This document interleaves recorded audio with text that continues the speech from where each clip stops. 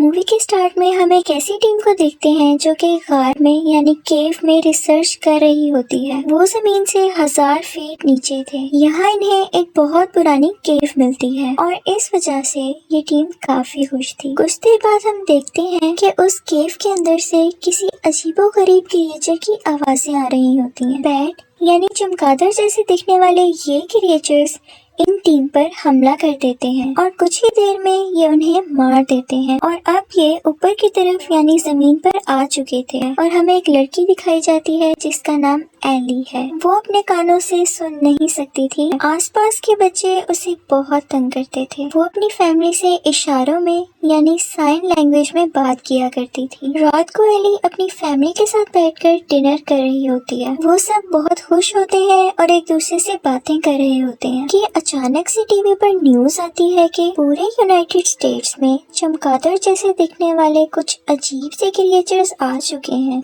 ये सब कुछ डिस्ट्रॉय कर रहे हैं और इंसानों को मारकर खा रहे हैं। टीवी पर खुद को सेफ रखने के तरीके भी बताए जा रहे होते हैं कि इनसे बचने के लिए खुद को घर में लॉक करना पड़ेगा और बिल्कुल खामोशी से बैठना पड़ेगा ताकि ये क्रिएचर किसी की आवाज ना सुने। ये सुनकर वो सब घबरा जाते हैं। एली कहती है कि उनका शहर बहुत ज्यादा नॉइजी है, यानी उनके शहर में तो बहुत ज्यादा शोर है, तो इस तरह से उनका बचना मुश्किल हो जाएगा। तो क्यों ना हम कंट्री साइड पर जाके रहें जहाँ पर बिल्कुल खामोशी हो। ये सब यहाँ से जाने की तैयारी करते हैं। इनके साथ इनका नेबर ग्लेन भी आ जाता है और रास्ते में उन क्रिएचर से बचने के लिए वो साथ गन भी रख लेता है। वो दोनों अपनी अपनी कार्स निकालकर कंट्री साइड की तरफ जाने लगते हैं। रास्ते में एक अननोन इंसान इनकी कार के सामने आ जाता है और इन पर गन पॉइंट कर लेता है। वो इनसे गाड़ी छीनना चाह रहा होता है। ग्लेन इस आदमी को शूट कर देता है और ये पूरी फैमिली यहाँ से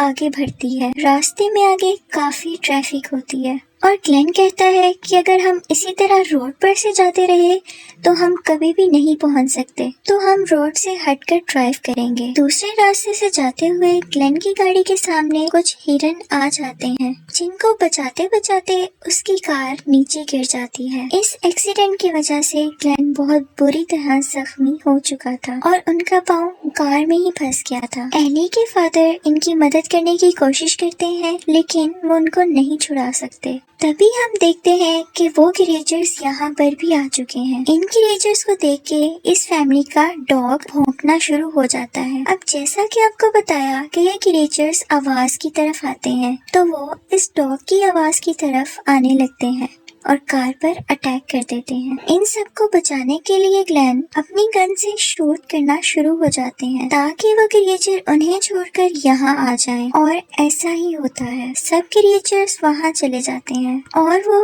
ग्लेन पर अटैक करते हैं और आखिरकार उसको मार देते हैं।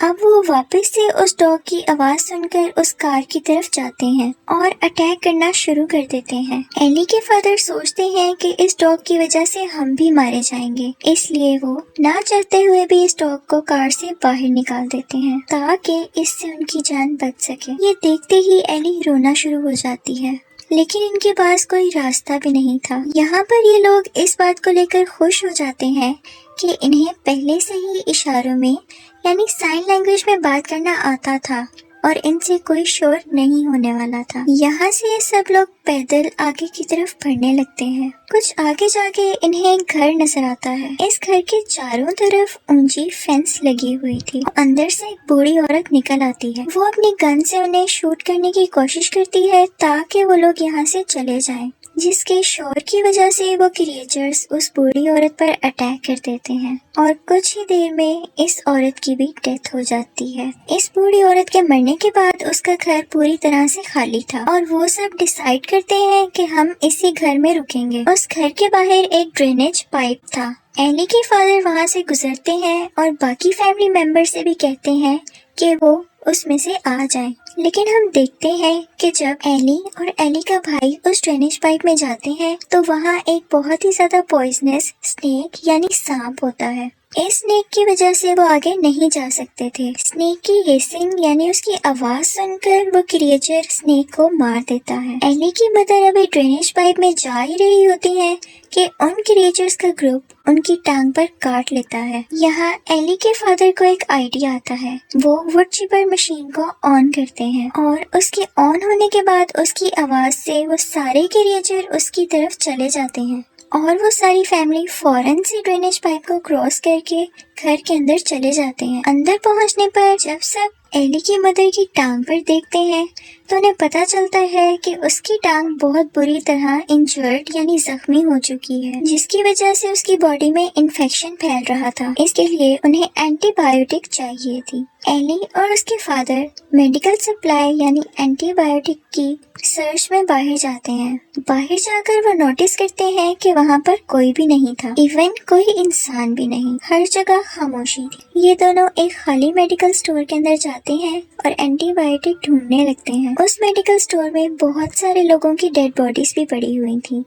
एली देखती है कि वो क्रिएचर्स मरे हुए लोगों की डेड बॉडीज के अंदर अपने अंडे दे रहे हैं और अंडे इतने ज्यादा होते हैं जिसकी वजह से क्रिएचर्स बढ़ते ही जा रहे हैं। यहाँ एली डर के मारे चिल्ला देती है, जिसकी वजह से क्रिएचर्स इस स्टोर के अंदर भी आ जाते हैं। एली के फादर किसी तरह फायर अलार्म ऑन कर देते हैं और हर जगह पानी फैलने लगता है, तो इसी बात का फायदा उठाकर वो दोनों स्टोर से बाहर आ जाते हैं। जैसे ही वो लोग स्टोर से बाहर आते हैं तो वो एक अजीब से प्रीस्ट को देखते हैं। वो प्रीस्ट इन दोनों से कहता है कि तुम मेरे ग्रुप का हिस्सा बन जाओ, यानी मुझे ज्वाइन कर लो। लेकिन एली के फादर उसको मना कर देते हैं। हमें दिखाया जाता है कि उस प्रीस्ट की जुबान कटी हुई थी और वो दिखने में बहुत अजीब था। कुछ ही देर में एली और एली के फादर घर पहुंच जाते हैं और एली की मदर को एंटीबायोटिक्स देते हैं, जिसकी वजह से वो बेटर फील करती हैं। एली का एक दोस्त भी होता है जिसका नाम रॉब है। वो भी इन सब डिफिकल्टीज को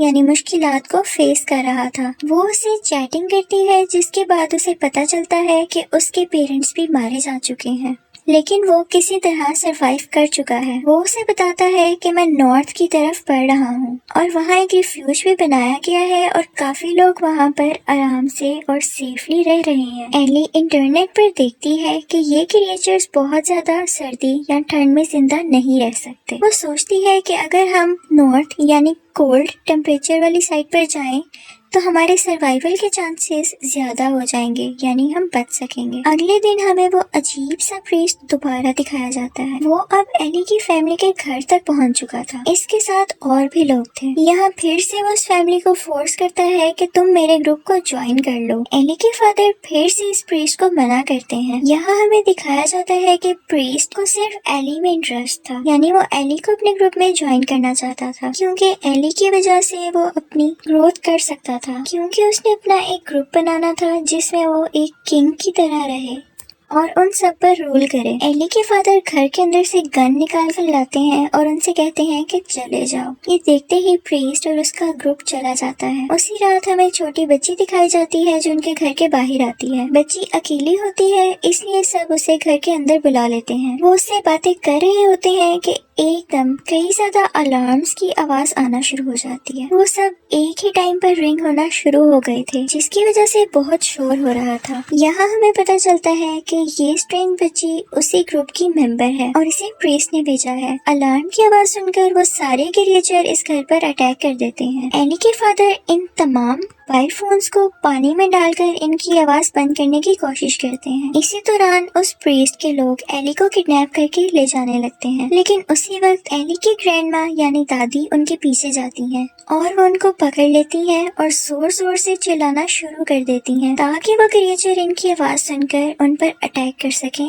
और एली की जान बच सके। क्रिएचर्स वहाँ पर आ जाते हैं और उन सब पर अटैक कर देते हैं, लेकिन सैडली इस अटैक में एली की दादी भी मारी जाती हैं। वो सब बहुत उदास होते हैं और यहाँ से इस घर को छोड़कर भाग जाते हैं। रास्ते में इन्हें दोबारा से वो प्रीस्ट और उसका ग्रुप दिखाई देता है। इस लड़ाई में वो फैमिली इस ग्रुप के बहुत से मेंबर्स को मार देते हैं और बहुत लड़ाई के बाद एली के फादर इस अजीबोगरीब प्रीस्ट को भी मार देते हैं। आगे के कुछ सीन्स में हमें दिखाया जाता है कि ये फैमिली नॉर्थ की तरफ जा रही होती है और फाइनली एली, उसका भाई उसकी मदर और उसके फादर रिफ्यूज पहुंच जाते हैं। वहाँ और भी ह्यूमन सरवाइव कर रहे थे और रह रहे थे। मूवी के लास्ट सीन में एली हमें अपने दोस्त के साथ दिखाई देती है और अब ये दोनों बो और एरो की हेल्प से उन क्रिएचर्स पर अटैक कर रहे थे और उन्हें मार रहे थे। उन्होंने इनको मारना सीख लिया था और अब वो ये भी सीख चुके थे कि शोर किए बगैर एक दूसरे से कैसे बात की जा सकती है। और मूवी यहीं पर खत्म हो जाती है।